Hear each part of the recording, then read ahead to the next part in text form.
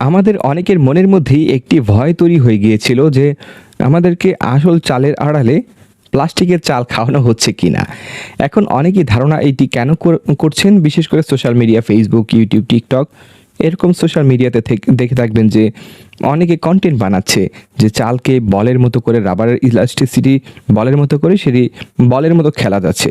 এটি একটি বিষয়। আরেকটি বিষয় হচ্ছে সেই চালটি পড়লে একটি প্লাস্টিকের মতো গন্ধ আসলে আসে। এই বিষয়টি তারা দেখেছেন বা আপনারা হয়তো দেখেছেন। কিন্তু বাস্তবিক ক্ষেত্রে চালের কেজি ধরুন ৬০, ৭০, ৮০ থেকে ১০০, ১১০, ২০ বিভিন্ন প্রাইসের ভ্যারিয়েশন করে ১ কেজি চালের দাম, ঠিক আছে?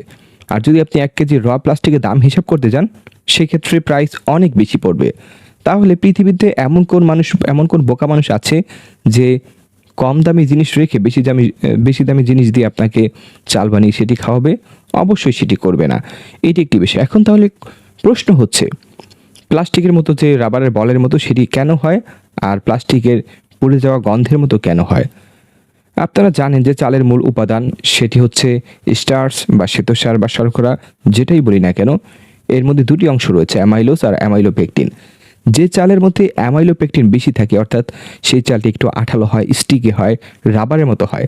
আপনারা অনেকে জানবেন যে কোরিয়ানরা বা জাপানিজরা স্টিকি রাইস খেয়ে থাকে, সেটি একটি বিষয়।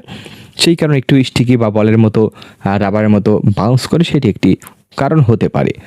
এখন তাহলে পোড়া গন্ধ সেটি কেন হয়? সেটি একটি কোশ্চেন আপনার মনে থাকতে পারে। সেটি হচ্ছে বাতাসের সংস্পর্শে স্টার্চ আর প্রোটিন পড়ে কিন্তু কার্বনাইজেশন এটি হয়। এটি পোড়ার ফলে একটি গন্ধ তৈরি হয়, যেটি প্লাস্টিকের গন্ধের মতো আসলে লাগে মনে হয়। তাহলে এটি হচ্ছে বিষয়। এখন চালের আসলে ভেজাল কি কি ধরনের হতে পারে? যেটি হচ্ছে অনেকে মোটা চাল আছে সেটি মেশিনের মাধ্যমে পালিশ করতে করতে এমন একটি অবস্থা হয় অত্যন্ত চিকন করে ফেলে, তার মধ্যে যে কার্বোহাইড্রেট বা অন্যান্য বিষয়গুলো থাকে সেগুলো কিন্তু থাকে না।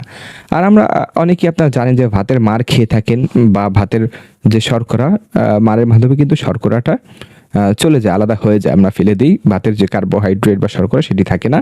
অনেকে আবার ঝরা ভাত খান, সেক্ষেত্রে আবার শর্করাটা সেখানে থাকে। তো দর্শক, এরকম তথ্যবহুল ভিডিও পাওয়ার জন্য বা বিষয়টি ভালো লাগলে শেয়ার করে দিতে ভুলবেন না।